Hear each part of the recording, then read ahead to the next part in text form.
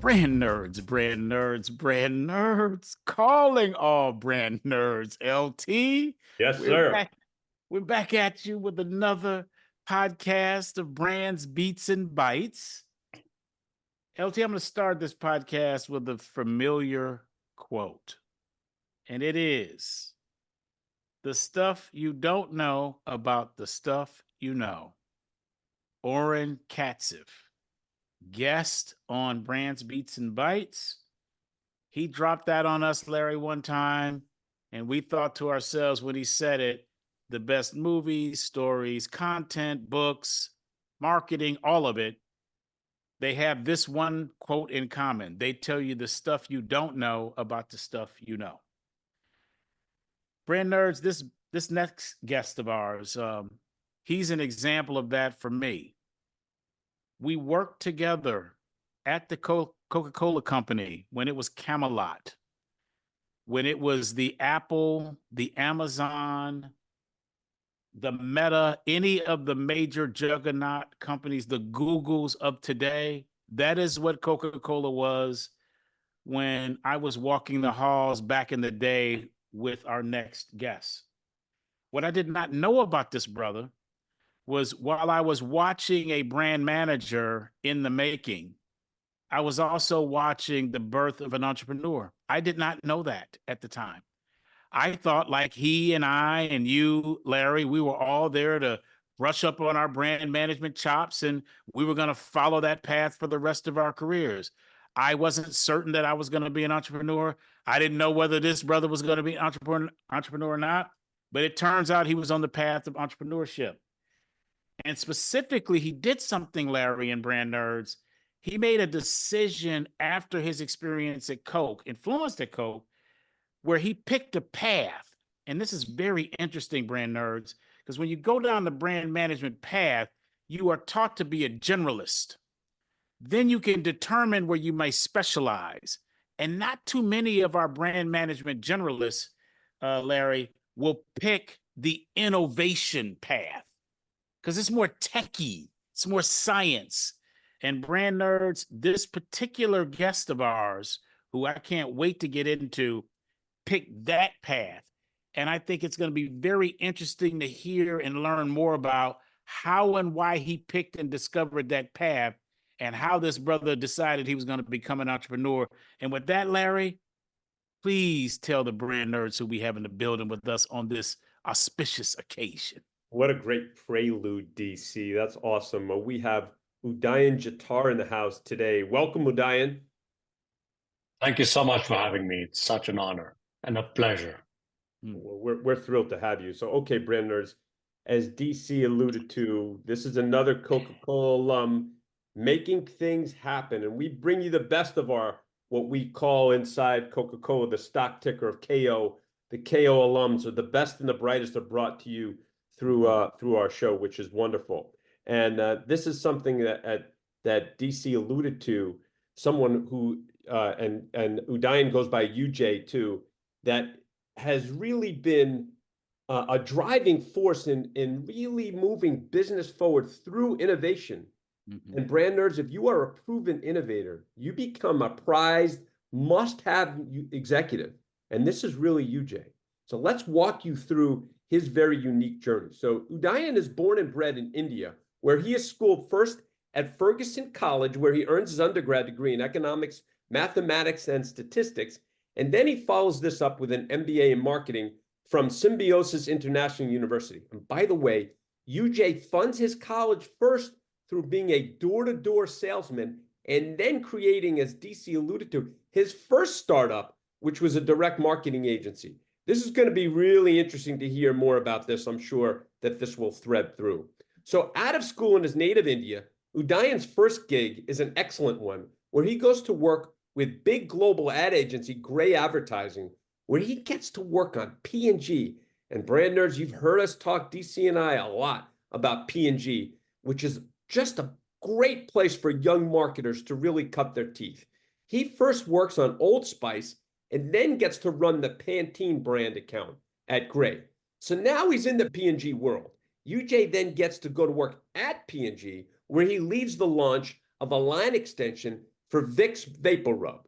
With this great early success, UJ then gets a great opportunity to join Coca Cola India, where he is hired to launch new products at Coca Cola India, where he develops the business case and launch strategy for Kinley, which, by the way, brand nerds, fun fact, that's Coke's first worldwide foray into bottled water, and Sprite in India. And by the way, those brands become the #1 and #2 brands for Coca-Cola in India. D, as you know, since you were there, this gets the attention of the folks at North Avenue at Coca-Cola headquarters. And this leads UJ to transfer to Coke's global headquarters in Atlanta, where he leads the $400 million plus global joint venture between Coke and Nestle, which was referred to as CCNR. So then Udaiyan moves within Coca-Cola. He's making his moves, becoming one of the youngest global VPs at the company, where he leads strategy, innovation, and marketing for global R&D. Several innovations came out of his team's work, including the Coca-Cola Freestyle machine, which is now over $1 billion in sales. And brand nerds, that's the machine that's really cool when you go to different fast food places or whatnot, where you get to sort of put in whatever Coca-Cola product is there. It's awesome. So additionally, also starts the first 100% fair trade and carbon neutral coffee tea brands launched by a Fortune 500 company. These brands are based on a highly disruptive technology developed in-house by Coke under Udaiyan's leadership. So, okay, all this great work experience and research leads to Udaiyan developing and starting the Blue Earth model for transcendent innovation. Udaiyan has an excellent TED Talk outlining this model, which we will put in the show notes. This is a venture studio, and we're talking about Blue Earth model, that facilitates, creates, and incubates breakthrough innovations for organizations ranging from startups and nonprofits to Fortune 100 companies. The studio has launched startups of its own, including one that recently completed a Series A raise at a $50 million valuation.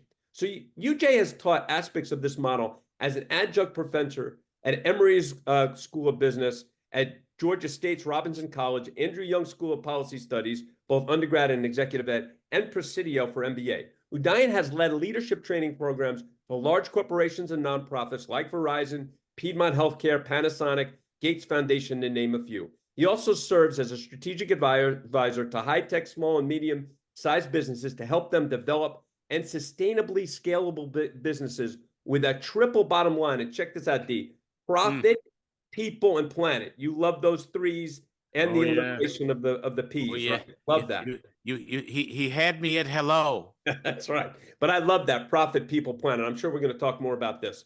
So we're almost at the close here, Branders. He is a sought-after speaker who has spoken at events like TED Talks, President Obama's Summit on Entrepreneurship, the Ethical Luxury Brand Seminar at HEC, just to name a few. In closing, Udaiyan is passionate about unleashing the full potential of underappreciated people. He has served on the advisory board of Georgia Tech's I guess it's Tiger Center, and chaired the Innovation Task Force at the Georgia Center for Nonprofits. He lives in Atlanta with his wife, Sirachi, 2 children, Rohan and Anya, and the 2 dogs, Layla and Maya. Really looking forward to this one. Welcome to Brands, Beats, and Bytes, UJ. Thank you for having me, Larry. Appreciate the background. You earned it all. You did it all.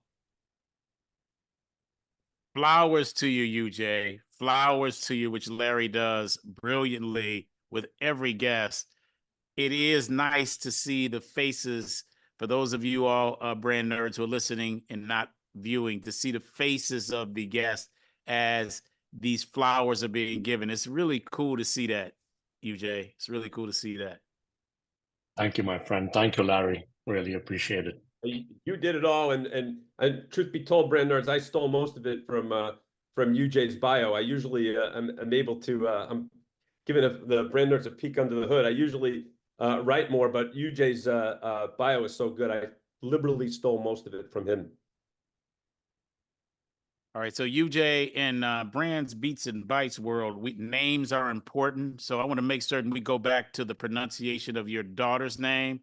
Yes, thank you. Is it Anya? Ananya. Anya. Oh, I'm sorry. Ananya. Ananya. Ananya. Ananya. Ananya.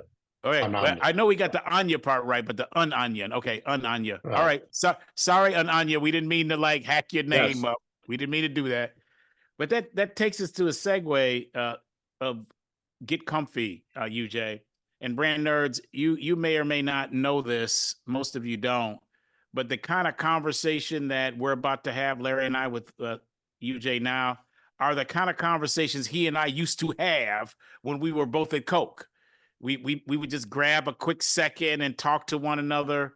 And in addition to being a brilliant marketer and business person, he's good people. So I want to go to your threes, the profit, people, and planning, and go right to people in the Get Comfy section. UJ, my people came here enslaved. And because of that, what they did generation to generation is they would put their hopes and dreams on the next generation, even as that generation was enslaved. When we became unenslaved, at least physically, no longer enslaved, there was this desire to make certain that they would imbue in each succeeding generation what they needed to make it in this new land with a new status called free. And my mom would really pour into me as her parents poured into her. UJ, that is true of immigrants. That's true of immigrants. The parents pour into the children and say, we're going to take this risk of moving to this new land. We don't know it. We don't know the language. We don't know the customs and the mores, but we're going to make this move, not just for us, but for our children. And so, UJ, I would like you to just talk a bit about what did your parents do for you to set you up to become an entrepreneur, a successful business person, a successful speaker, a great parent? What did they do for you, brother? DC, that's an amazing question. So my childhood, my dad was a fighter pilot, a war hero, and my mother was an artist, gardener, and kind of like a social worker in every neighborhood that we went to. And I went to 13 different schools in 5 different states. Wow. Moving with my dad. So by the time I was in 12th grade, that was my 13th school.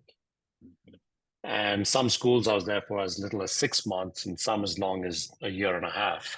So it was kind of a breeding ground, I guess, for adaptability, because you had to adapt or you died. You couldn't get along.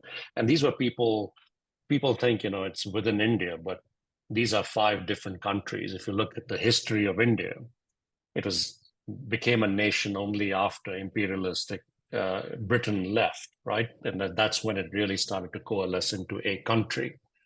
So these are different languages, different cultures, different shapes, sizes, colors of people. And so to settle in the people part, I guess that I learned to find ways to adapt to the local population wherever I went, to local culture, to appreciate local culture, to appreciate local history and food. And so the biggest thing that my parents imbued in me is, hey, listen, change is going to happen, and you're going to have to adapt to it. And don't be you can't complain about it because there's no use, because we are moving. So, and we can't leave you behind, unfortunately. And we don't have the money to put you into boarding school. So that is what it is. And from my dad, I kind of got more of my left brain side of things, which is, analytical. He pushed me into doing mathematics. My mom pushed me into art. I used to win art competitions when I was in 2nd grade. And of course, everybody said, well, art's not going to get you anywhere. And Indian culture and academics is pretty notorious for being very STEM driven. And that's how it was. So I think that combination of left brain, right brain, and constant change is I guess you could attribute entrepreneurialism and the willingness and ability to move to another country with less fear. I do want to make a comment, though, about what you brought up, is I was privileged to grow up in a free country Mm-hmm. that did not have our former oppressors all around us. Mm-hmm. Mm-hmm. So there was nothing in our surroundings. There were role models all around us who had no recollection of being subjugated. Mm.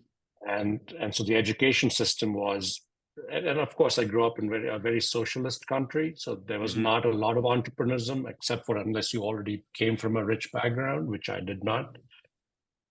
So there wasn't a lot of role models for entrepreneurship, but there was no role model. There was nobody around telling you you couldn't do something or you couldn't be someone. And I think that's really important. Mm. And so I consider myself extremely privileged and blessed to have been able to not only come to this country as a well-rounded, well-educated person from India, where education was, even though I had to pay for it by working door to door, Mm-hmm. Mm-hmm. it wasn't atrociously expensive. I could do it on 30 cents a day, right? That's what I earned. But so that's just a reflection on, when we look at people that are in poverty in America, we need to take into account the context that it is not easy to get a great education. Mm-hmm. And you are still in an environment where your former, if not current, oppressors are still around you. So how do you break through in that environment is a separate matter altogether, and probably a topic for a totally different discussion. Wowzer. Yeah, that's deep. Yeah, wowzer. Hadn't thought about that difference. Hadn't thought about that difference. Thank you for that, Udaiyan. Thank you. Yeah, one just quick thing, Dee, before we move on. I was struck immediately, and Udaiyan did this with us in our pre-pro meeting, that fighter pilot dad, artist mom, and that is really amazing to have both of those, almost extremes, right, Udaiyan, to have that. And I think the most successful business people, and for sure the most successful marketing people, especially today, have that great combination of both left and right brain, and not only are flexing those muscles, but are comfortable with both. So it's both of those things, that you have the ability and the skill set, plus the comfort with both. And that was, again, you didn't know this when you were a kid, you're going to be a marketer, but that was a really great setup to be a marketer too, UJ, wouldn't you say? Oh, absolutely. I thought I was going to be a fighter pilot, but just follow my dad's footsteps. But there's no question that that combination of left brain, right brain really does work. And I don't know whether it is genetic or whatever, but it's certainly been trained into me through my upbringing, and then at PNG is very, very analytically driven, as you all know. Yep. All right. We are moving to the next section. It's called 5 Questions. It goes down like this. I ask a question, Larry asks a question. We go back and forth until we arrive at 5. And I am going to give you the first one here, UJ.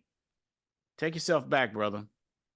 Back to when you were experiencing a brand for the first time and you had this feeling of just ebullience. There was just the euphoria involved with your engagement and time spent with this brand, whether thinking about it, having it in your hands, watching it, talking about it with a friend or a family member.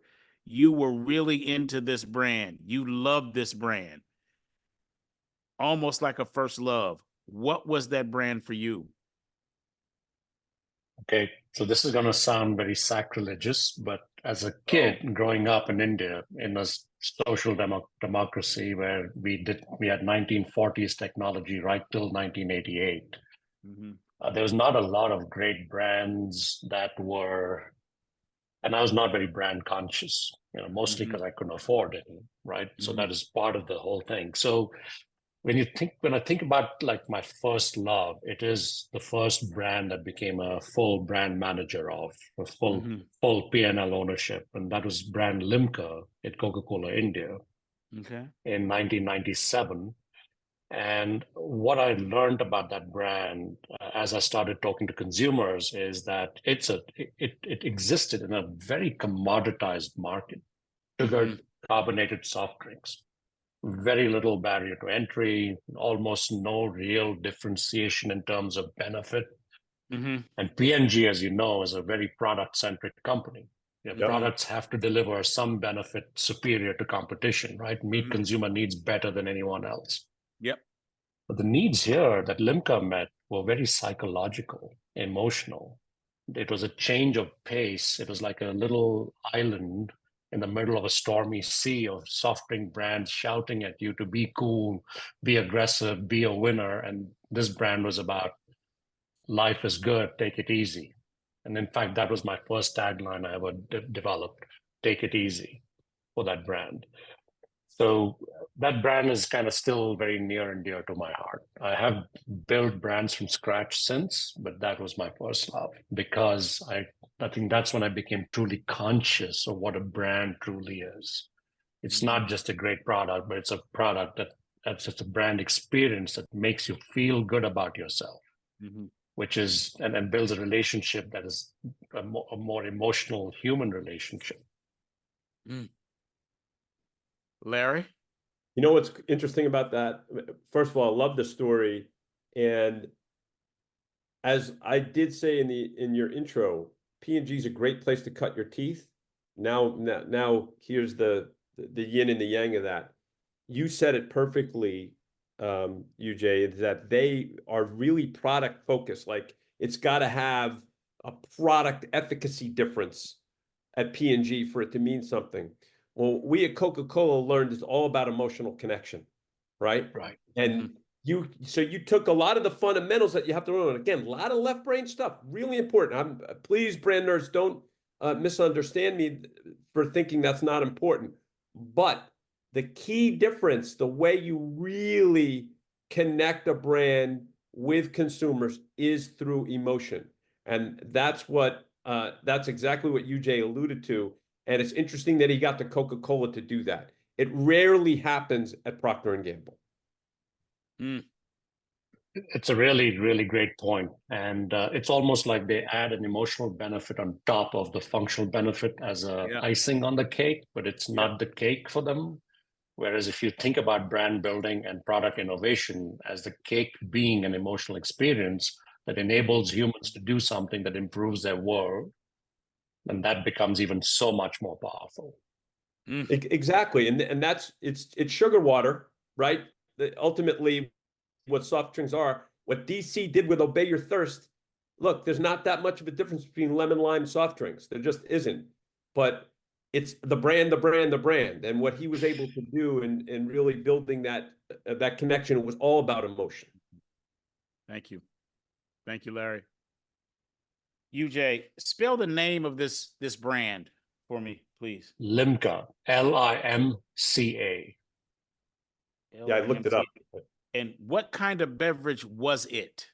The lime and lemony Limca was its original tagline. So it was a clouded, it was a cloudy lemon soft drink.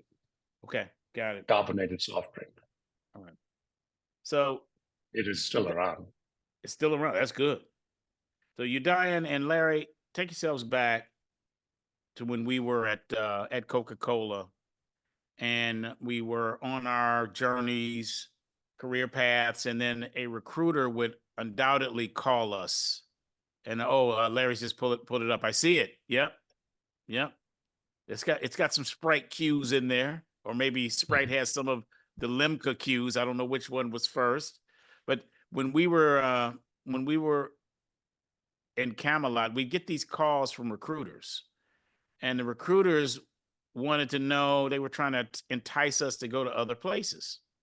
And one of the questions that they would have when they would call is they would say, this is the thing, are you interested in it? And if you would say no, they would ask you, then what are you interested in? What would interest you? So they could narrow down and give you some things that that might entice you to leave Coca Cola. And I remember saying to one of the recruiters, I can't remember the name of the recruiter, but I said, here is where I am at my best. In a category where the product has two things. One, it's a want that by the skill of the marketer becomes a need, and that's it, right? So it's a want, skill of the marketer then makes it a need. That's the first thing. The second is where there aren't any real benefits at a product level that separates one from another, but that the separator is the degree to which the marketer, to your point, Larry, and yours, UJ, can make an emotional connection with the consumer. I said, those are the instances where I am most interested. I'm most interested in those. And I remember this recruiter that I was talking going like, that's good. That's good. That, like that. So in other words, what I was saying to this recruiter, if you put me in a place where the product has 3x the whatever than the other one, that's easy. Okay, I can do that in my sleep. Give me one where there's like neck and neck or possibly behind. Now you got my attention. Now you got my attention. So very, very interesting example with Limca. Like that, UJ. Like that. Really like that. DC, before we go to the next question, just one quick capper on that. Your 3x example at the face would say, yeah, that's easy. But we also know, especially again, this is where being in Silicon Valley, invariably people then want to stay at the product level, at the functional level. And then when you try and really sell people over and above, no, they want to keep it at the product level. So that's right. That's where the resistance happens, and that's where the brand needs to take over, and that's why the emotionally connecting brands are few and far between. So I just wanted to point that out. Agree fully, Larry. It's a really great point. You know, it's kind of, and so in my world of innovation, and I say something similar, DC, to what you said, but in my case, it is, I'd like to work in those categories where there's no differentiation, there's complete commoditization, and now it's an opportunity to create a truly differentiated product. Yes. In that category by thinking unlike how people in that category think. So give me a commodity category so I can find a way to disrupt it. Yeah. And that's one where I shine. But to your point, Larry, I've always said, even if I have a significant point of difference, talking about that point of difference in your advertising is the lazy way out. Yep. Yeah. And two, it is also the fastest way to commoditize your product, because in today's day and age, that product differentiation, technological advantage is very transient. Sooner or later, somebody's going to copy you. And even if you have patents, they'll patent around you, and they'll patent around your patents around, if you know what I mean. So commoditization is almost inevitable. It's like the force of gravity that pulls down even innovative products. So building your brand while you have product innovation that's based on emotional connection and something authentic in that area allows you to then withstand competitors who will inevitably come gnawing at your ankles and copy your product. Love that. Excellent point. Excellent point. So Larry, just a clarification on my end. When I said if there is truly a product difference, it's easy. I meant it's easy for people who know how to build brands and make emotional connections.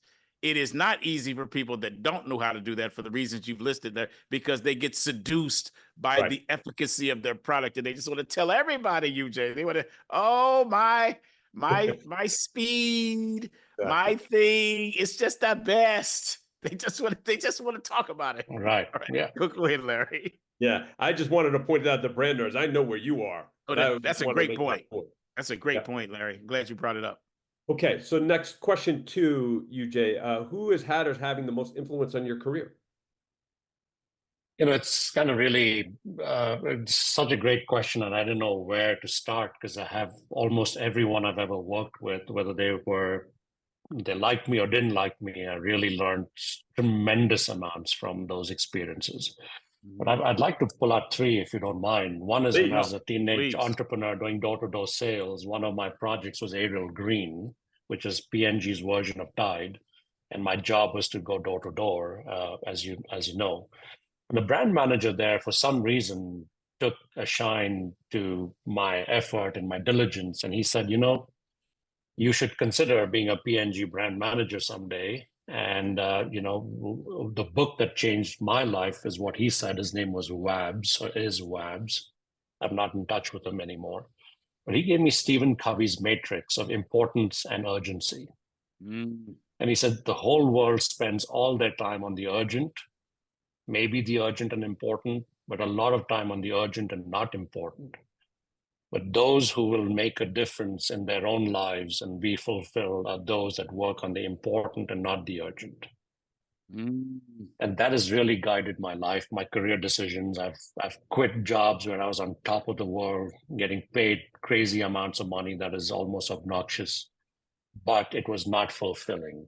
And therefore, I really feel that was the first piece that I lived my life to. The next came a gentleman called Jay Gould that both of you may have known. This is I was a recent immigrant into the United States with full of a lot of self-doubt. I was really young and running a very large business, and he double promoted me. And I never understood till he told me. He said, "You're able to envision the future, and you have the ability to integrate a lot of disparate things with your left and right brain combination." And that gave me self-confidence to then start to seek to make more of myself than I would have probably done if it wasn't for that. And the last person I want to kind of also mention, and there's so many I feel guilty of not mentioning them, but Mary Minnick, I don't know if you remember her term. We know Mary really well. Oh, yeah. She sent me an article that talked about introducing sustainability into business. People, planet, profit. Until that point, I was conscious of social justice. I grew up in a very poor country as a very poor person, and I used to walk through extreme poverty to get to my bus stop, for example, areas like slums. But I was not conscious about how business could play a role in doing better from a social and an environmental standpoint. And that was the first instance where I found, I have permission to play there. And that has kind of become part of my mission, is to bring innovation into building great brands that are highly profitable, highly differentiated, highly emotional, but at the same time, actually add value to the human experience.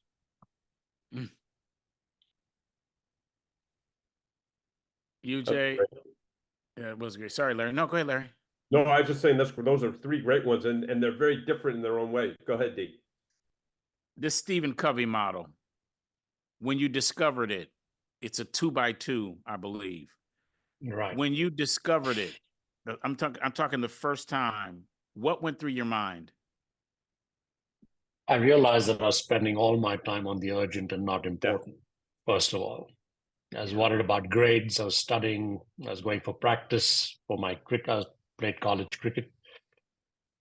And I was trying to make a living doing door-to-door sales. And that was the first time I said, okay, what is truly important? And where can I get the maximum learning? And that's when I took that job that was very painful. It was 45 degrees centigrade, I think. I don't know what that translates to in Fahrenheit. I think it's over 110. Dry, dusty. I was 6'4", 175 pounds on a little moped that could not go uphill. It was not an easy life. And it was, I could have been miserable till I heard this. And then I saw the learning I was getting from this. I still didn't know what I got out of it. Well, I didn't know then the value of what I was learning. But the focus on learning, the focus on self-improvement, the focus on, and also the fact that such a thing even exists was kind of an eye-opening experience. Yeah. Udaiyan, I remember what I thought the first time I saw that model. And I viewed it as a gift and a curse. The gift was exactly as you have said. I recognized that I was spending 80% or more of my time on what was urgent and unimportant. And so that was the gift that I discovered it. The curse was that I wasn't even conscious that I was doing it. I was just running on inertia. And so I felt like, man, I have wasted so much of my life in this domain of urgent but not important. Then the other curse was that I began, once I was awakened to this, then to now, if I'm hurried for whatever reason, if something is feeling urgent to me, but it's unimportant, I am really bothered by it. Like it really like gets under my skin. It's like, I don't have to be running for this. Like I've seen this in action, brand nerds. Trust me. Yes. I don't want to be running for this. Now, if it's important, my ass is gonna run. Right. I'll run like a damn motorcycle. Well, you also slow down to speed up. You're really good. I will slow down, just speed up. But when I'm like trying to like run and I know it's not important. That's just my own opinion now, because it could be important to you, UJ, but it's just not important to me. And so in some ways I'm really happy for Stephen Covey's insight. In other ways, it's been a little vexing in my work life and in my personal life, a little vexing. I think that vexing piece is really true. And it is especially true if you're having to work in an environment, whether it's home or at work, where you're surrounded by people who don't value what's important and what's not important the way you do. Right. And so that's where it creates incredible angst and friction, right? So, for instance, running an intrapreneurial startup inside Coca Cola, we used to be kept called into leadership meetings. And those meetings were urgent but not important in terms of the survival of the brand, the business, the customer need. I have to say this, Udaiyan, as you were saying it, I was thinking, think of all the brand planning that as brand folks, we had to go through at Coke that was urgent and really not important as it relates to actually moving the business forward. So, but the vexing part of that is if you don't do that right, that doesn't work. So it's hard to discern sometimes what's urgent and what's important and the difference between the two, right? Absolutely. And I think even brand planning and brand strategy meetings are still relatively useful, but they were used to be these, update meetings at 5 levels. So you had to meet your boss, then your boss's boss, then your boss's boss's boss. It is all in preparation for something that is all unnecessary because, in my opinion, if you don't trust the people leading the business, you don't need so many update meetings. And you don't need so many layers of update meetings for the same update. It's the same quarter, and I need to now prepare 5 times with 5 different, and the vexing part of that was it was probably a career limiting move to not attend those meetings. And in fact, some of the people that I, worked with got laid off because they didn't go for these leadership meetings and instead chose to go meet a customer. Which is sad beyond belief. Damn, I'm glad you brought that up. That's good. That's really good. All right, Larry, any more before we go to the next question, brother? Let's do it. Udaiyan, you've had many successes. It's almost like you've had multiple different careers, but somehow they amalgamate together for one career. You know how there's a saying about cats. I don't mean this about you, but a cat has like 9 lives.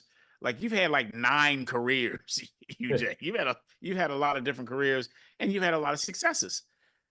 But this question has nothing to do with any of those successes, Udaiyan. I want to know, for the brand nerds, what is your single biggest F up? The big stinky wet, you made the mistake, and what did you learn from it? Where do I start?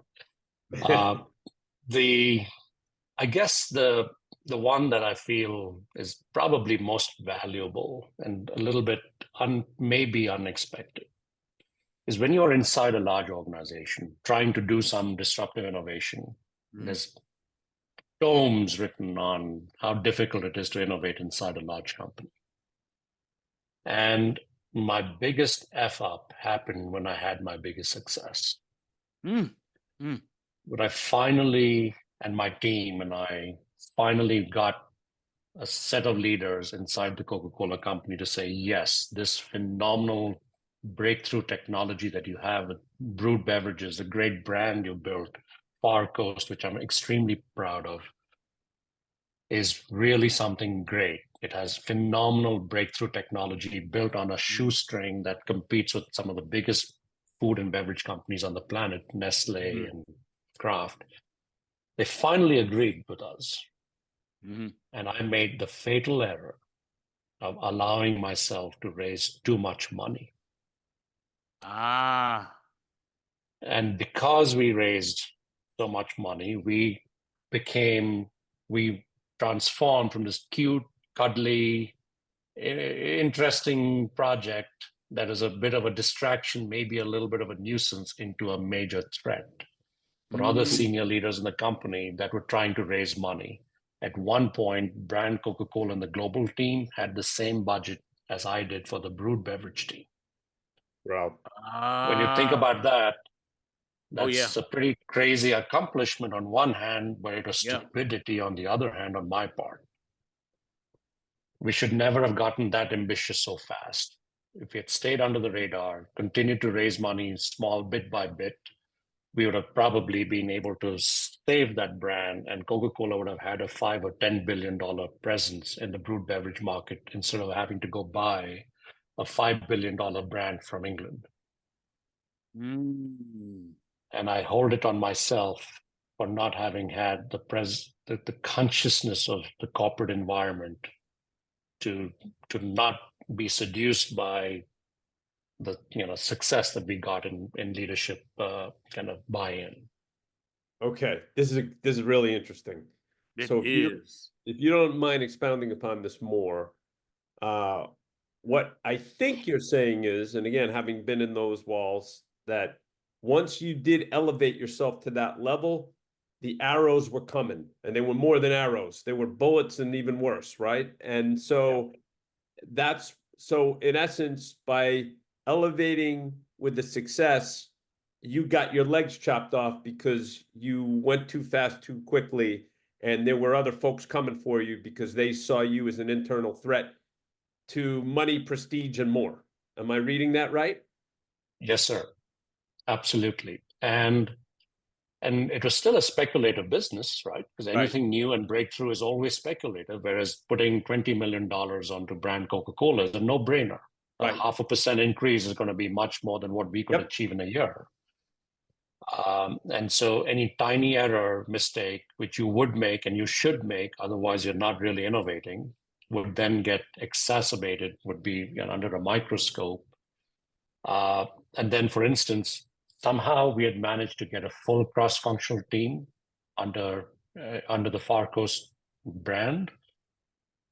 Little things that you would not expect. There's a new R&D leader at Coca-Cola, I will not name names, who came in, and they decided that they wanted to consolidate global R&D under themselves in the global headquarters. So they went to Japan and said, the Japan R&D team that is doing phenomenal work should now be reporting to them.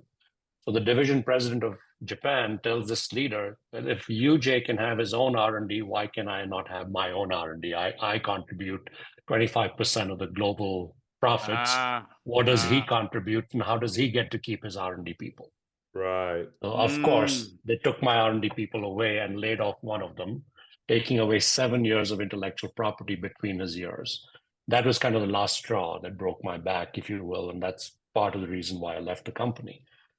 But it is my fault, because I should never have gotten above the parapet and for my head to be blown off. Ooh.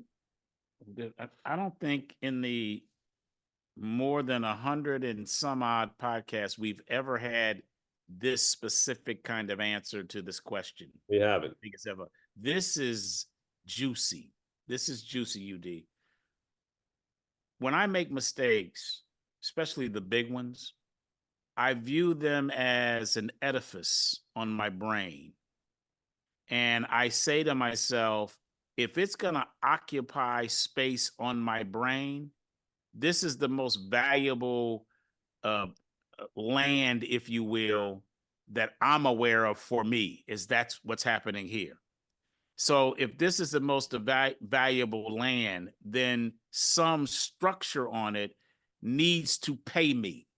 It needs to give me something back. And what I've started to do with mistakes is I examine them.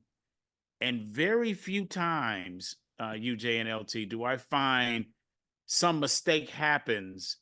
And after examination, I say to myself, I never in 100 years could have ever seen that coming. Most of the time, upon examination, I look back and go, you remember when this happened like 5 years ago? And this person said that and did that? That thing just went right over my head. But now in the context of this major fuck up, I can connect the dots. Okay. UJ, looking back now. So before you got your head blown off, okay? Okay. What were the clues that you noticed that indicated in retrospect, probably shouldn't have made that move, or probably shouldn't have said that or did that? What was it?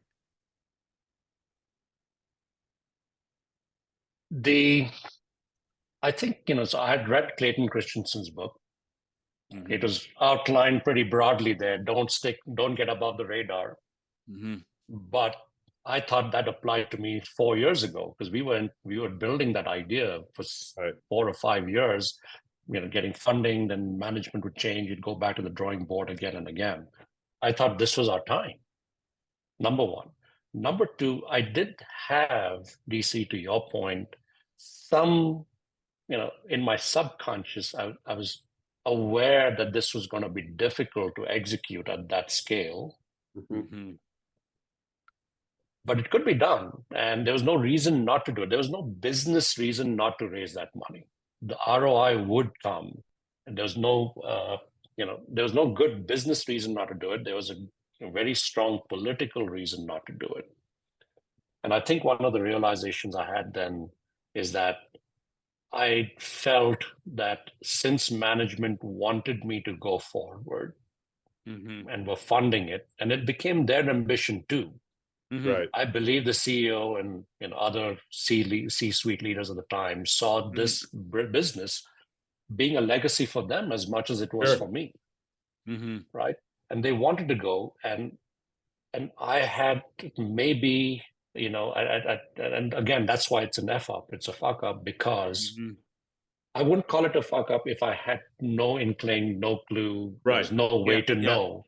Right. Yeah. It's a fuck up because somewhere in my heart of hearts, I knew this is going to get dangerous. Right. And that's why it is a real fuck up. Right. I didn't listen to my own instinct and my consciousness, and I didn't take agency for the outcome. A lot of people, and I myself, could easily, and at that moment I probably did, blame that R&D guy and blame politics inside big companies. Of course. But now I need to think, and this is how I think now. That's a given. That is the environment you live in. As much as there's oxygen in our air, that is what happens in a corporate. If you don't preempt and plan for that, you're just going to die.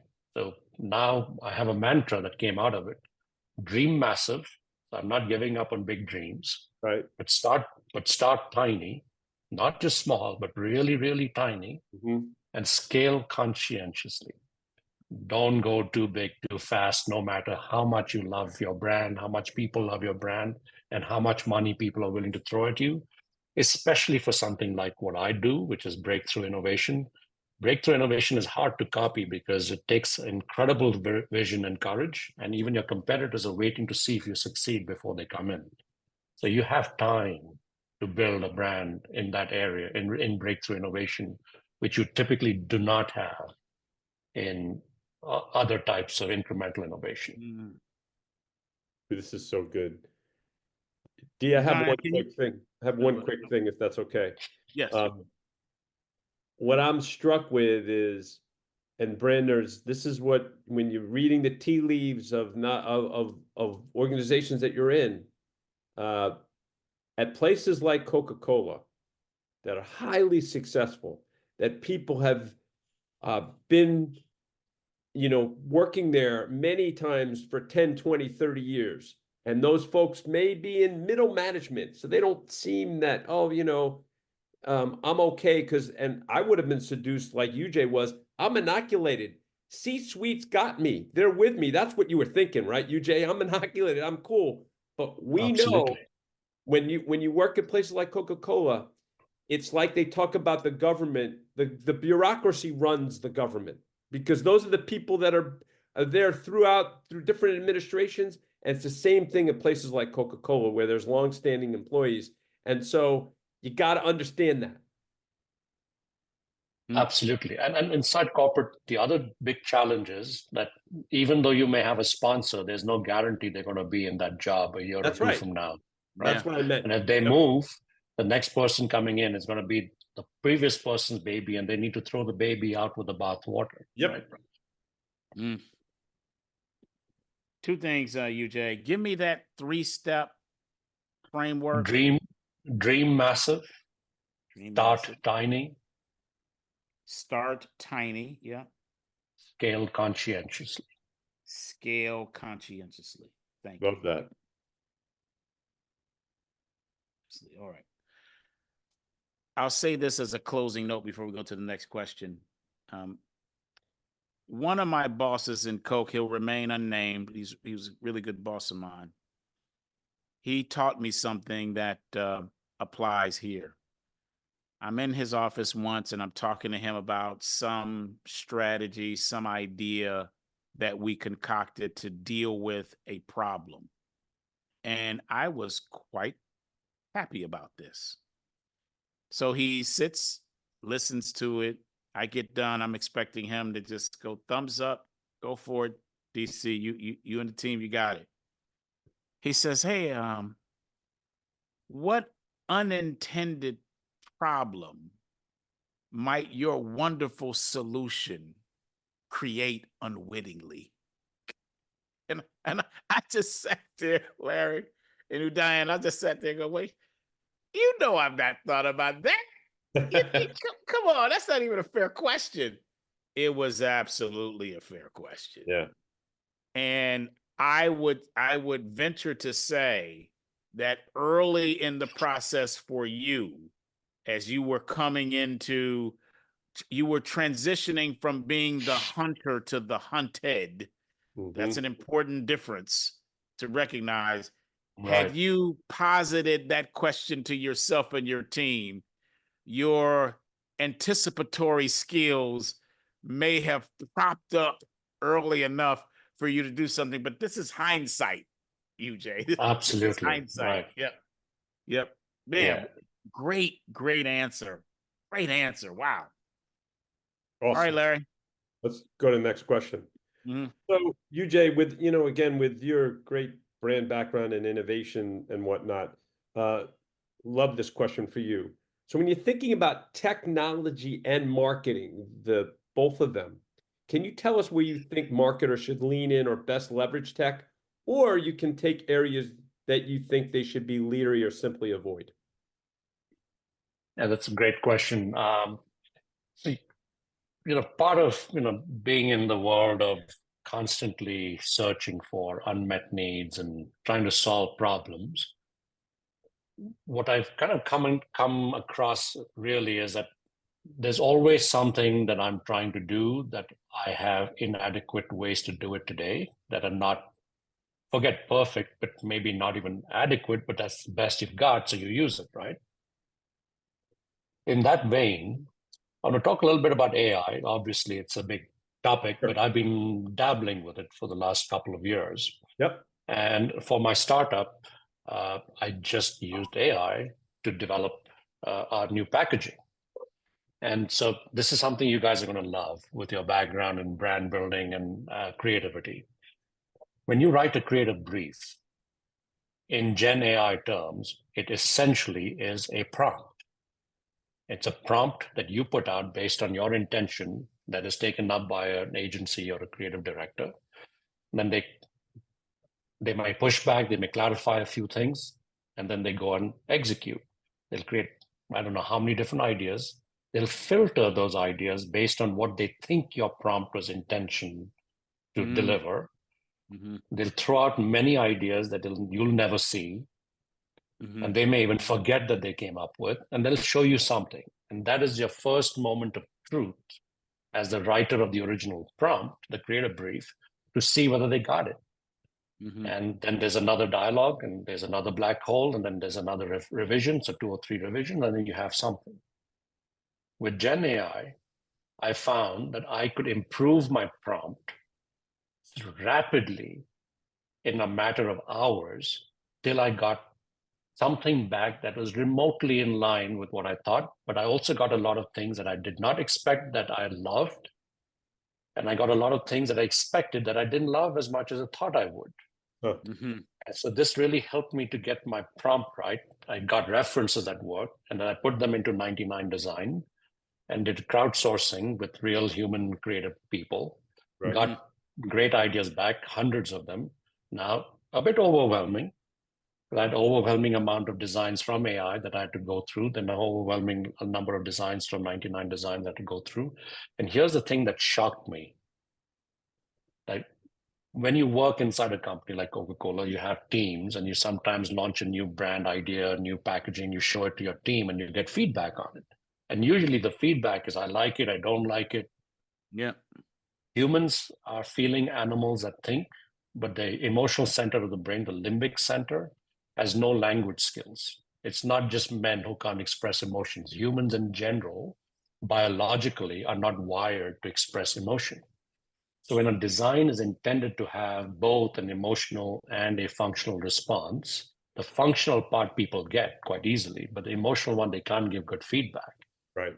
AI is surprisingly good at giving you emotional responses to your even abstract symbols, not just design, not like designs with words, but just designs. So that was a big epiphany for me. And through that process, I was able to use AI to evaluate these ideas, not just on the functional value that I wanted to create, but especially the emotional value that I wanted to create. And of course, because it was the first time I was doing it for a real project, not just for fun, I tested it and I went through rigorously through the entire process. But for example, when you're a brand manager, you present, you have an account person, a salesperson, and they're giving you feedback. I don't like it, make that bigger, make this smaller, that kind of stuff. But they're not telling you, hey, does this make me feel like what my brand is intended to make me feel? AI does it better, which is phenomenal. So long story short, I think, there have been a few designs throughout my 30-year career that I really felt were amazing. And this was one of them, and did it in 1 week for $5,000 or less. And it is truly something I'm really proud of. Wow. So do you mind if I clarify some things here before we get into this? Sure. So first of all, amazing story. Okay. Secondly, by the way, we've worked with Logo Tournament. With get logos, and we want to have them on the show. Actually, we've done logos that are phenomenal for $1,000, right? Like, because you get the best people across. Like, so we're big fans of that kind of crowdsourcing. So are you suggesting, UJ, that you use AI both at the beginning of the process to help you, as you put it, with the prompts, right, to put forth the best brief, and then also at the end as an evaluative way to really measure, if this was working, as you said, in an emotional way? Did I understand that right? Yes, but I do want to make one very important clarification here. Obviously, my 30 years in I don't know, 20,000 hours of working on graphic design and evaluating it and asking for it to be built was used Of course. to assess AI's initial responses, and also it was not exact, it was not perfect by any means. So I wouldn't use it independently to evaluate. I use it to just bucket things into tiers. And in the future, I may, if I'm really short of time, but this is so fast that, you can't be short of time with this. You should still evaluate all the ideas. And I also want to say that part of my prompting included great ideas that I'd seen from humans as part of my brand development process over the years. So the human component here is still 90% of it. Right. The AI component is the difference between great and transcendent or iconic. Got it. It really helped me to fine-tune my own thinking rather than give me new thinking. I get it. I think I played back to you and that is super dope the way you described that. Great clarification. All right, UJ. What are you most proud of, brother? Well, I guess, the thing that you said something really that struck me earlier today, DC, where you said, you look back and, you think about the failures and the mistakes and the space that it occupies for you it's not good enough to just say I made a mistake, but what did I learn from it? Mm-hmm. Mm-hmm. And sometimes you don't realize you made a mistake till it's too late or way after the fact. And so when I was developing this new brand, the coffee tea brand at Coke Far Coast, I started to kind of get that feeling in me that, hey, if I do the same things I've always done and expect a different outcome, that is insanity. Mm-hmm. This idea of building a brand positioning and so this is going to be real sacrilege. I thought I was being sacrilegious earlier, but this is true sacrilege. I think brand positioning is obsolete in today's world. And I'll explain why.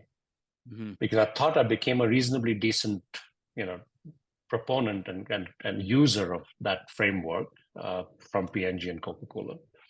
But all those brands became commodities. They were all ultimately being driven by some genius advertising, like what you did, DC, with Sprite, or it is dependent on some other operational, excellence that keeps you one step ahead of your competitors. But fundamentally, brands like Apple and Nike, are so much more transcendent. They transcend their categories, they transcend their competition, they transcend time and culture and geography. Coca Cola itself, right? Do you remember how hard they used to struggle to put Coca Cola, the brand, into a positioning statement?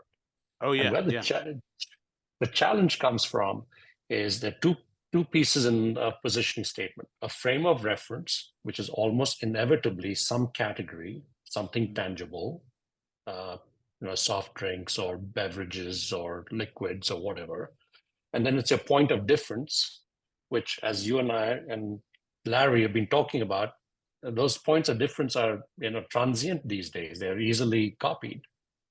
So now you have a positioning built based on a framework that is based on competition in today's point in time, and that's going to change.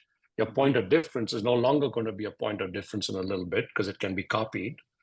So then, and it is primarily going to be copied if you're very product centric, not if you're emotion centric. That's a bit harder, of course. And so when I look back on my career, I realized that we need to do something different. So I started studying how founders created brands like Apple, Nike, Red Bull that totally dominate their categories, even Gatorade, and came up with what I call the 7 disciplines of transcendent brands. And why do they transcend their categories? Why are they so hard to compete with? Why is it that somebody will put a 2-cent Apple sticker on a $150,000 Mercedes? Mm-hmm. Mm-hmm. What is it adding to the fact that they're already driving a $150,000, iconic car? Mm-hmm. And that's where I kind of began to realize that brand has a purpose that they resonate with that's higher than just a functional need or even an emotional need. It's actually all the way up at, at the top of Maslow's hierarchy is self-actualization, but even higher than that is this idea of a community of practice. You want to feel that you're part of that community that reflects that particular brand's vision. And so that's really what I'm most proud of, is being able to look back and say, okay, yeah, that may have been number one or number two. I got promotions, I, got kudos, et cetera, et cetera. I'm making good money, I'm working for a great company, but looking back and saying, well, what can do? How can we do better? And that framework. And I want to tie this into one other thing, which is really important, I think. Have you heard of a gentleman called Atul Gawande from the Harvard Medical School? He's built a book, he's written a book called The Checklist Manifesto.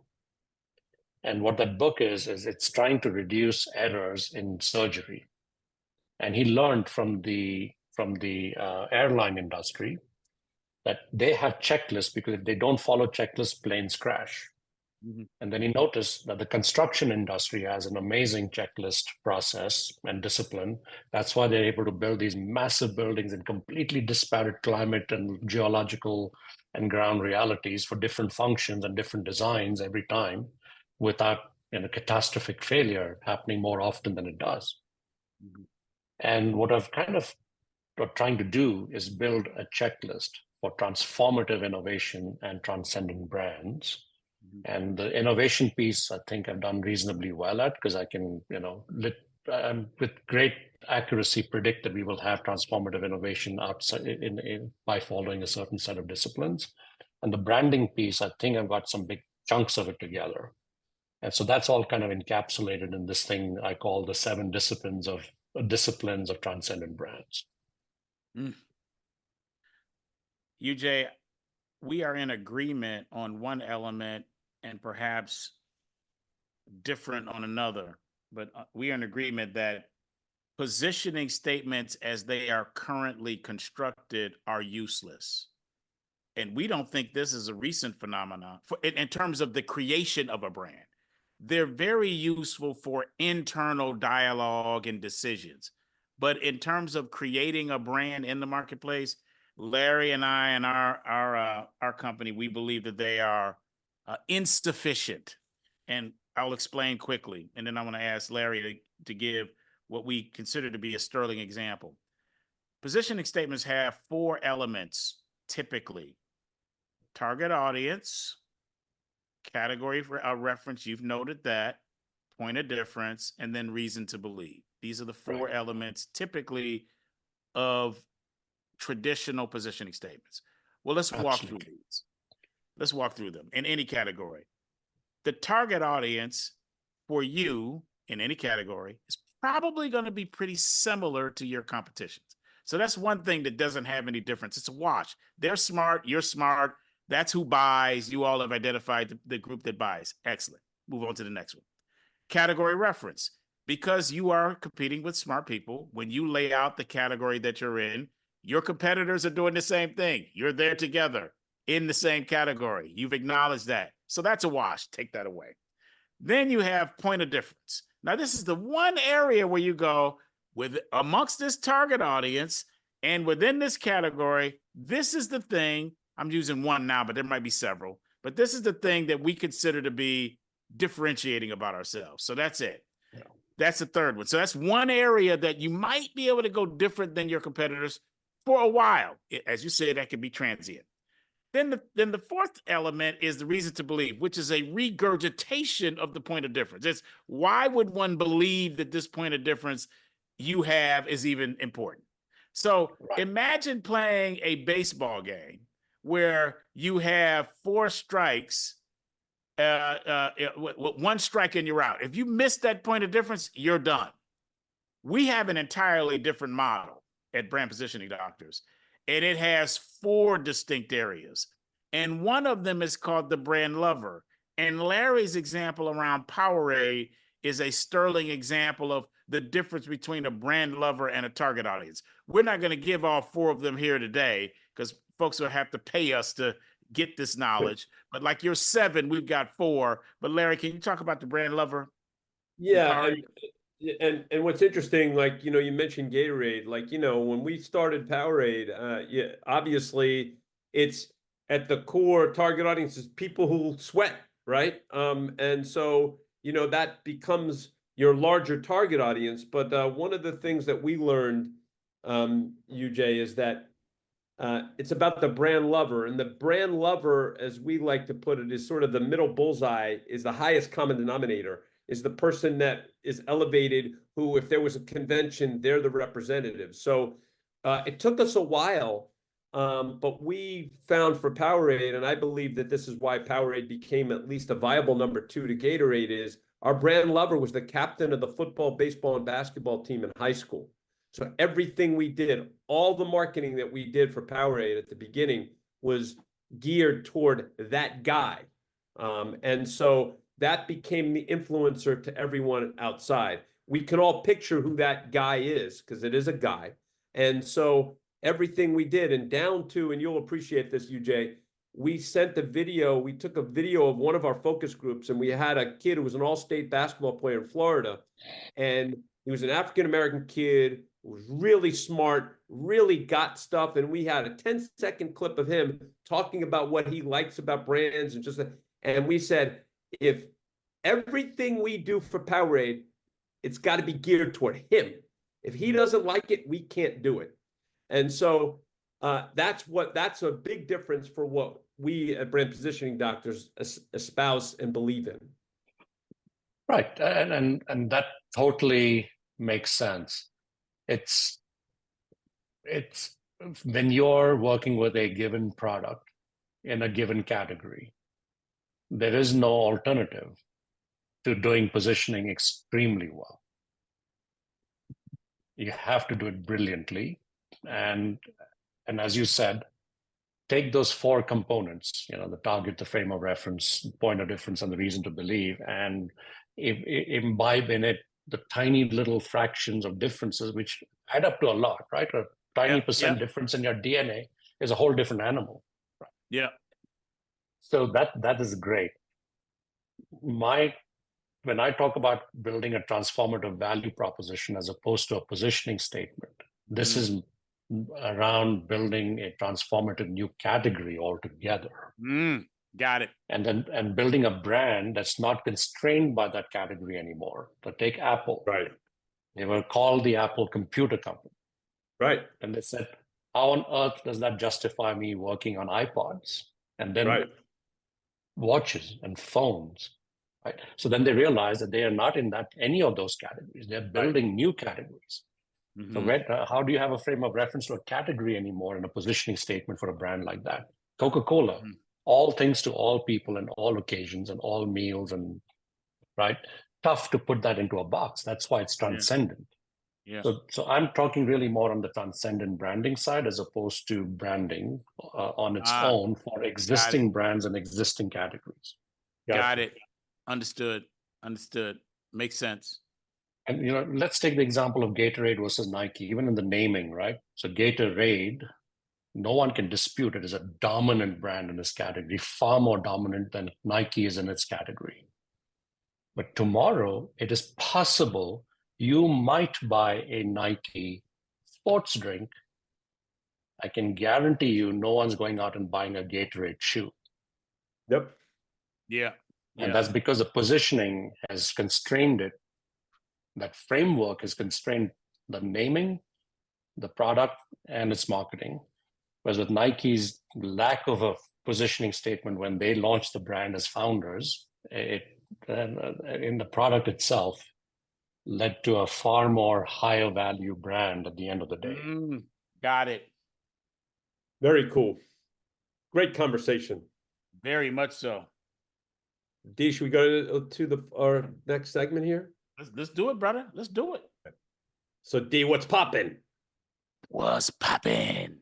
UJ, this is our chance to shout out, shout down, or simply air something happening in and around marketing today we think is good fodder for discussion. And you have said you have one. So hit us with it, please.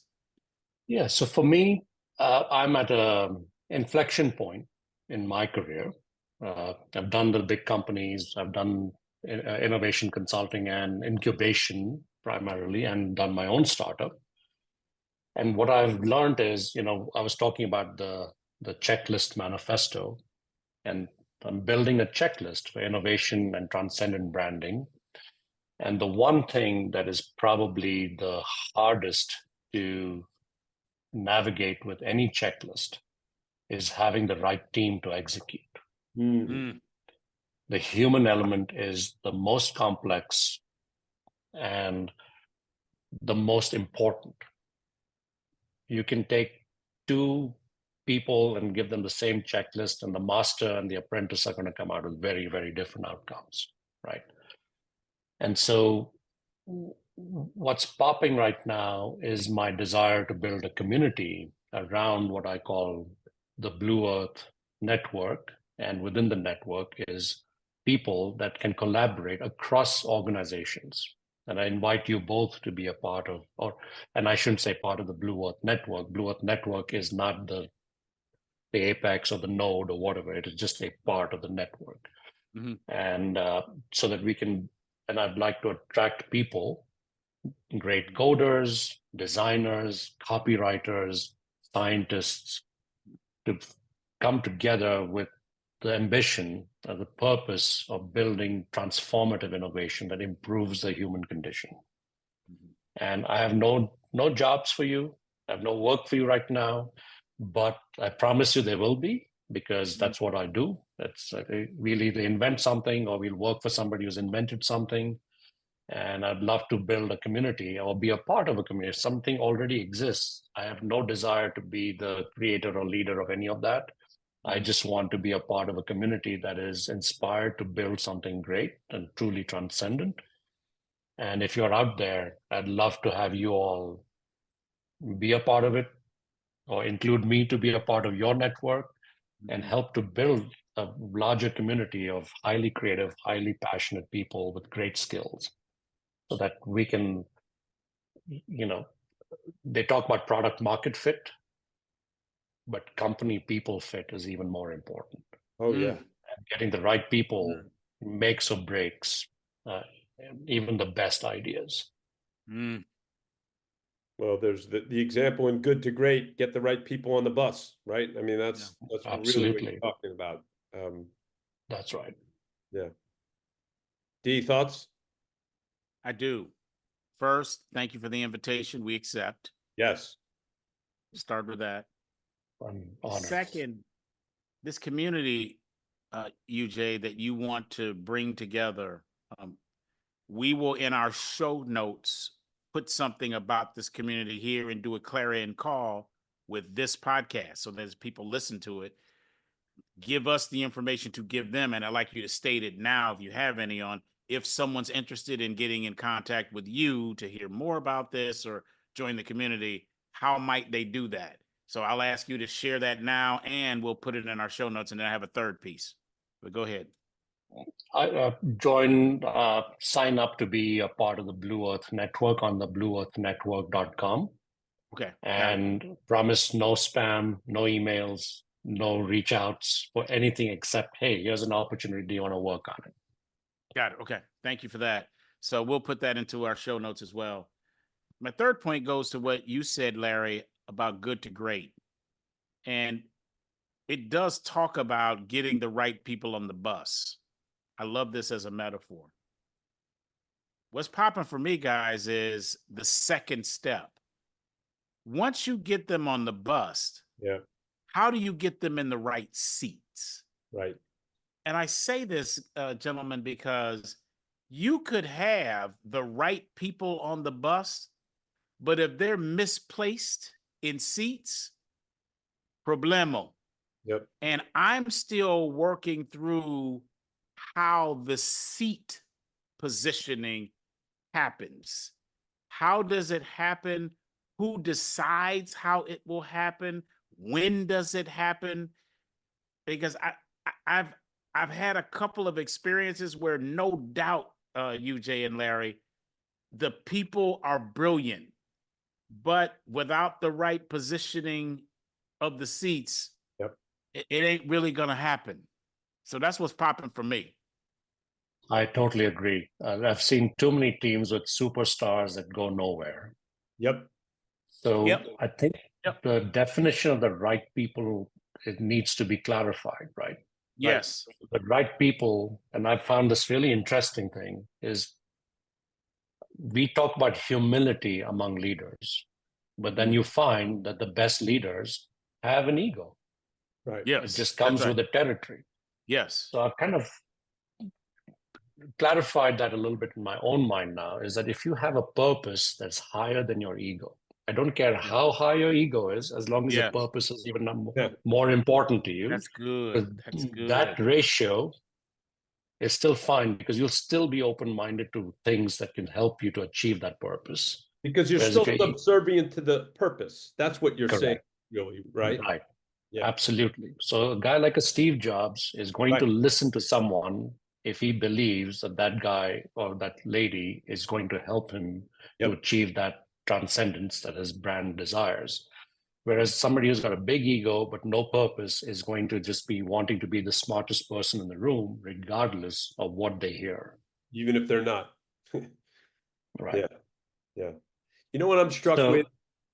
There's a sports analogy that I always go back to, UJ. I was a youth basketball coach. I've talked about a lot. And I had 5 different teams that I coached in middle school. And 4 of them did exceedingly well. 2 won championships. The other 2 had really good records and was a fun season, most importantly for the kids. The 5th one was terrible. When I say terrible, we were a 500 team, but I couldn't wait for that season to be over. And the reason why is because functionally we had a good point guard. We had the positions, but I didn't account at all for leadership.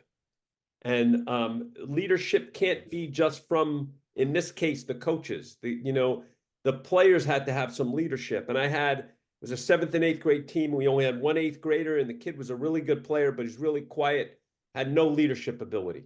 And that team was terrible. And so I learned tremendously from that, because this goes back to what DC said at the beginning. Got to find the right seats for folks, and it's not just functional, right? It becomes there becomes emotional and personal and all those different things that if you could get people to focus on the things that they're good at and they love, right? Then that's where you start to sing. So you have to account for all the 360-degree elements of the people, both individually and as it pertains to the whole. Right.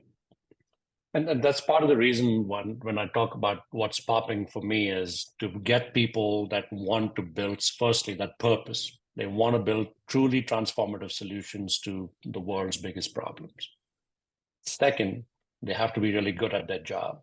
Third, they need to be willing to put the purpose of the brand, the business, ahead of their own ego. Then it becomes relatively easier to put them in the right role, because that role is going to be where they're needed the most. And they'll be willing to play in that post, because I might be a great center forward. I'm sorry, I'm going to use a soccer analogy, but you need me in defense, and I'm better than the person we have right now because they broke a foot. So well, that's where I got to go. Yep. This is awesome, man. Yes, wow. yes. Great conversation, UJ.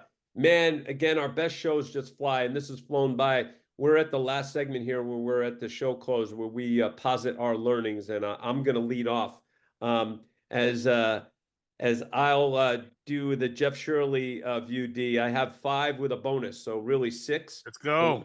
Let me give you those. Number 1, as UJ's dad told him, change is going to happen. You better figure out how to adapt to it. That's number 1. Number 2, for you, brand nerds, both professionally and personally, think about how you can develop both left and right brain muscles. You might be dominant in one. Figure out how you can bring up the other. That's number 2. Number 3, like UJ has figured out, find your way on focusing on the important and don't get sucked into the urgent. Number 4, as you get promoted higher in organizations, you got to be really cognizant and then super conscious about the politics and plan accordingly. That's number 4. Number 5, I'm going to repeat it, what UJ said. DC asked you to repeat it. I'm going to say it again because it's so awesome. Dream massive, start tiny, scale conscientiously. That's number 5. And the last one is, brand nerds, lean into AI. Lean into AI, man. Just lean in, as UJ has done. Think about how AI can help you take yourself to the next level. Those are my 6. Excellent, Larry. Now go ahead, UJ. Were you about to say something before I go next? No, I was just going to say that's phenomenal. I don't know how you do it while you're talking. Really good. Very good. Because he's gifted, UJ. He's gifted. He's gifted. The right person on the right team in the right place on the bus. No, it's all listening to your gifts. Go ahead, D. Udaiyan, it's most gratifying to me when I learn something new about someone that I already know. Back up to my opening quote that is attributed to Oren, and that is the stuff you don't know about the stuff you know. You've given me quite a bit of that in our discussion. I get giddy when I have these kinds of epiphanies. I am going to attempt to tell you from my point of view, just my point of view, what it is I believe, UJ, you are bringing to this world of ours that is uniquely yours to bring, and if you don't bring it, we don't get it. This is what I attempt to do at this stage of the podcast. So with that in mind, we'll go back to your parents. One a fighter pilot, your dad, and one an artist, your mother. By the way, I would love to have been a fly on the wall listening to some of the arguments in that home, but I digress. I digress. No, you would not have. Okay. Okay. So you have the analytical left side from your father, and then you have the creative from your mother. You have both in these things. There's something going on here with your father and this fighter pilot thing that I want to build upon. The next thing you talked about is in the answer to the question of what was your biggest F up. You said my biggest F up was also connected to my biggest success. And then Larry and I, we haven't heard that before. And the lucidity with which you talked about how it happened, the success that led to a failure. And it was almost as if there was a prescience to it that you didn't quite allow yourself to accept, but your instincts were like giving you bells. It was warning signals. UJ, hey, something's, watch out. So there was some data coming towards you.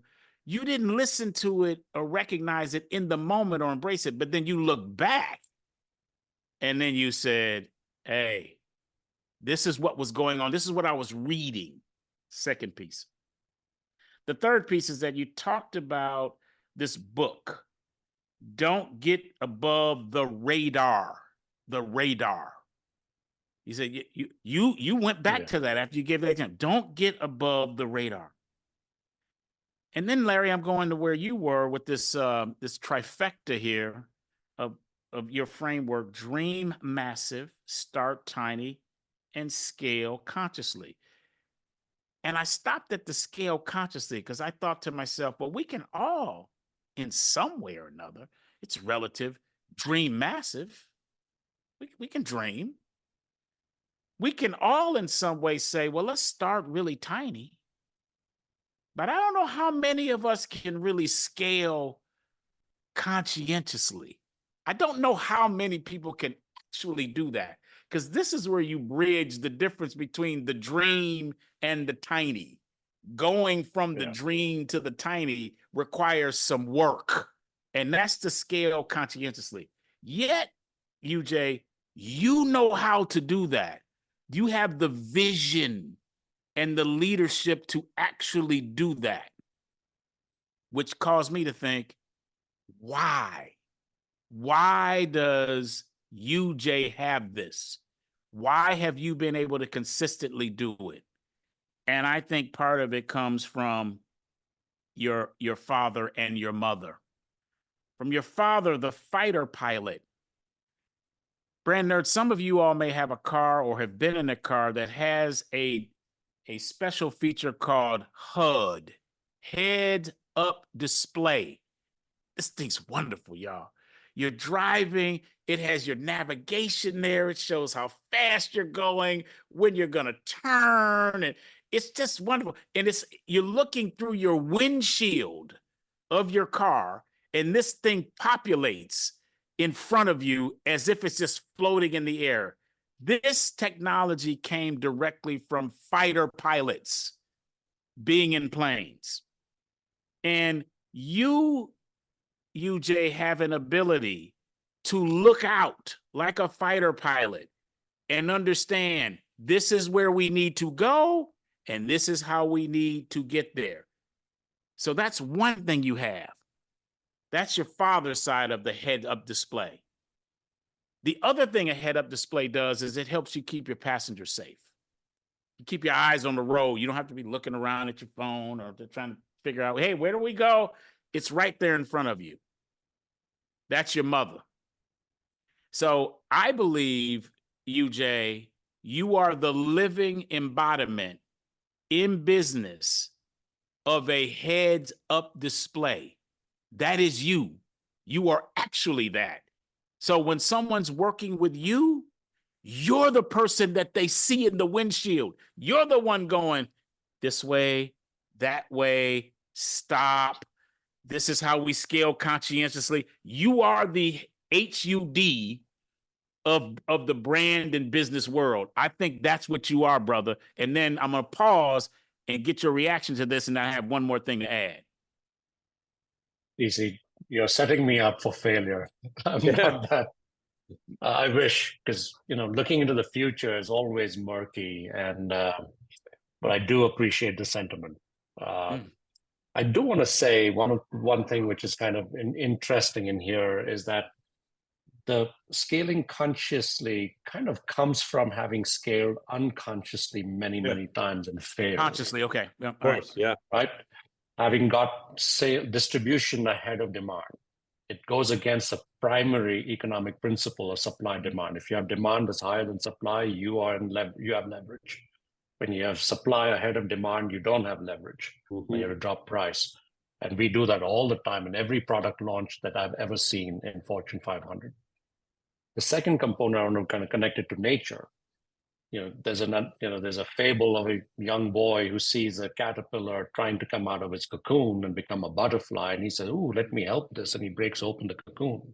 Well, it can't fly because the act of coming through the pressure allows the strength of the wings to fly. And I think we do that babies are meant to be born in a certain period of time. If they're born early, they go into incubators. If they're born late, there's other problems. Same thing you can't make an elephant give birth at the same speed at which you give a human baby. And that's what we do with our brands, is we don't take into account how do you build the strength, the foundations for scale before you scale. And that's where the third piece is more a discipline, because you will be carried away with euphoria, by ego, by investor demand, shareholder demand, et cetera, lots of peripheral issues that have nothing to do with the actual value that your brand needs and the strength it needs to grow. Woo, UJ. Now, brand nerds, I want you to know, Udaiyan and I have not had this conversation that we're having right now. I did not know, based on what I said to him about heads-up display, that would lead to him talking about a butterfly and talking about flight. But I did say this before. I said, I'm going to let you respond to this, UJ, and then I have another thing. Here is another thing that I was going to say, but I wanted to give some space. Now, you just talked about a butterfly. I said head-up display. That's a fighter plane. You said butterfly taking flight. Here's what I've noticed. There's a word you said multiple times in this podcast, and the word is transcendent. You have said that word many times. Brand nerds, let me read you the definition of the word transcendent. Exceeding unusual limits, extending or lying beyond the limits of ordinary experience, being beyond comprehension. UJ, you gave an example of you're working with leaders, they have an ego. This is how they become a good leader. So long as their purpose is above their ego, no matter where they are on the strata, you're good with that. You're good with that. And by the way, I will tell you, Right. UJ, I have an ego, and I'm perfectly fine with my ego because I think my purpose is above my ego. But here again, the word And I know you well for 25 years, and that is true. Thank you, brother. Thank you. Thank you. UJ, transcendent has to do with limits beyond.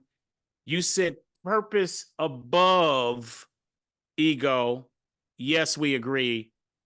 All of those elements, the heads up display, the transcendent word that you've used multiple times, the purpose above ego, all has to do with flight, which takes me right back to your father. Yeah. So while you're not, thank you. While you're not a fighter pilot, you are a pilot.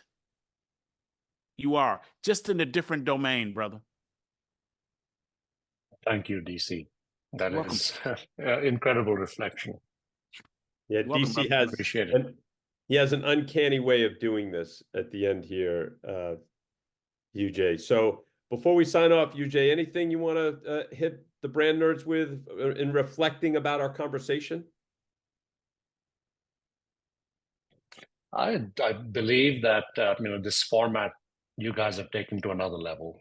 It is truly not a ordinary conversation.